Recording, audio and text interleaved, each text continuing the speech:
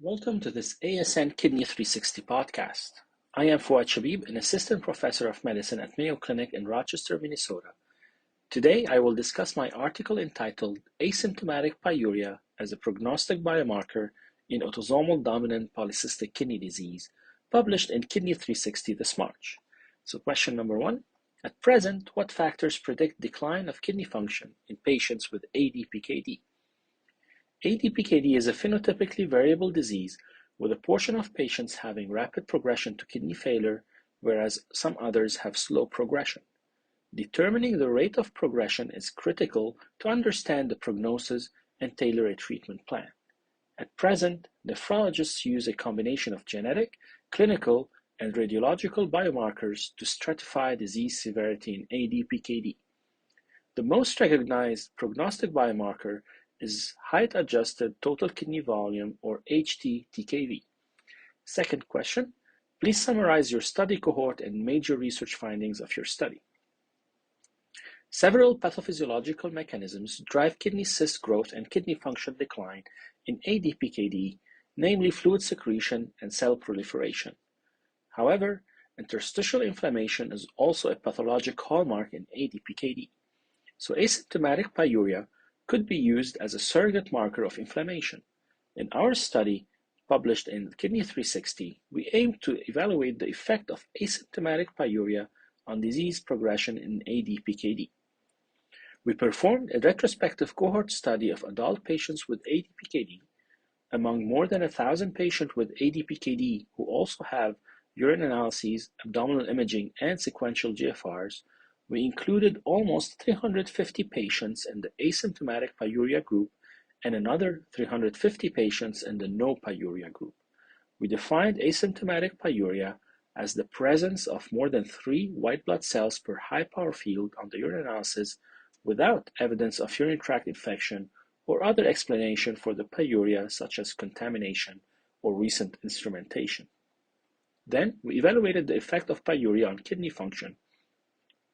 After adjusting for age and gender in a longitudinal multivariate model, we found that asymptomatic pyuria was associated with worsening in annual eGFR rate of decline as compared to the no pyuria patients. The pyuria group had a decline of 3.8 ml per minute per year as compared to 2.3 ml per minute per year in the no pyuria group. In other words, following the identification of pyuria, the disease progression in ADPKD was accelerated by 1.5 ml per minute per year. In a series of additional analyses, we found that the PKD genotype had no additional effect on how detection of asymptomatic pyuria affected the eGFR rate of decline.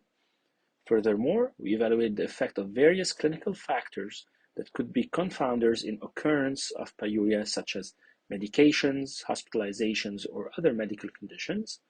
After adjusting for all these various factors, pyuria continued to be associated with worsening annual eGFR rate of decline.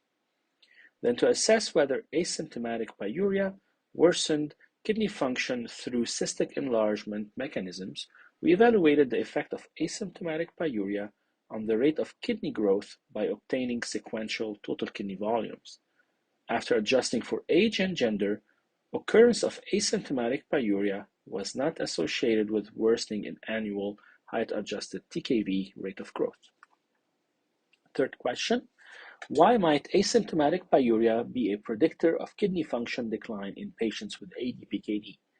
There is growing evidence supporting the role of inflammation in modulating disease progression in ADPKD. Cysts are surrounded by immune cells with complex interaction between those that promote cyst growth, such as M2-like macrophages, and those that inhibit cyst growth, such as CD8-positive cytotoxic T cells. Also, monocyte chemoattractant protein 1, or MCP1, expression promote macrophage accumulation and cystic dilation. Depleting macrophages in PKD mice lowered their cystic index and improved their kidney function as compared to controls. Urinary MCP1 concentrations were higher in patients with ADPKD before appreciable increase in serum creatinine. Also, increase in tubular MCP1 excretion is an early event in pediatric ADPKD population and an early marker of disease severity. So advancements in urinary biomarkers such as urinary MCP1 in combination with imaging biomarkers would empower clinicians to individualize ADPKD prognosis based on the activity of various signaling pathways involved in cellular proliferation, cyst secretion, and inflammation. However, these urinary biomarkers are not readily accessible in clinical practice. On the other hand, microscopic evaluation of urine for white blood cell count, i.e. pyuria, is universally accessible, simple, reproducible, and relatively inexpensive as compared to other urinary biomarkers. Question number 4. What are the limitations of your study? There are several limitations to our study given the retrospective nature of the study design. Firstly, our study might have underdiagnosed the occurrence of asymptomatic pyuria if it occurred outside the medical care at Mayo Clinic, or asymptomatic pyuria occurring during gaps between measured urine analyses. Additionally, some data was not available for the entirety of the cohort, such as genetic analysis or TKV rate of growth. And most patients in our cohort are Caucasian. Therefore, the generalizability of this study's result to other ethnic and racial groups may be limited. In conclusion, asymptomatic pyuria is associated with faster kidney function decline irrespective of the ADPKD gene, cystic burden, and cystic growth.